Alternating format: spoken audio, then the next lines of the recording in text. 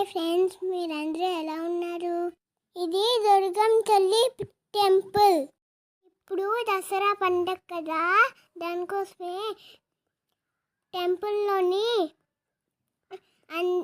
అందరి పిల్లలకి Francis day competition పెట్టారు.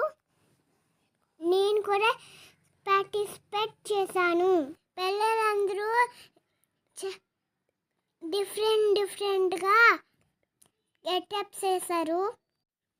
పిల్లలందరూ ఒకరి తర్వాత మాట్లాడుతున్నారు. తర్వాత నా పేరు పిలిచారు.